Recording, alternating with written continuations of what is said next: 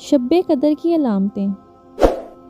حضرت سیدنا رضی اللہ تعالیٰ عنہ نے بارگاہ رسالت میں شب قدر کے بارے میں سوال کیا تو سرکار مدینہ منورہ سردار مکہ مکرمہ صلی اللہ علیہ وآلہ وسلم نے ارشاد فرمایا کہ شب قدر رمضان المبارک کے آخری عشرے کی طاق راتوں یعنی 21ویں، 23ویں، 25ویں، 27ویں یا 29ویں شب میں تلاش کرو، تو جو کوئی ایمان کے ساتھ بنیت ثواب اس مبارک رات میں عبادت کرے اس کے اگلے پچھلے گناہ بخش دیے جاتے ہیں۔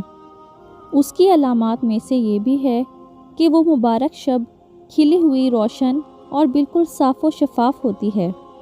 اس میں نہ زیادہ گرمی ہوتی ہے اور نہ زیادہ سردی ہوتی ہے، گویا اس میں چاند کھلا ہوا ہوتا ہے۔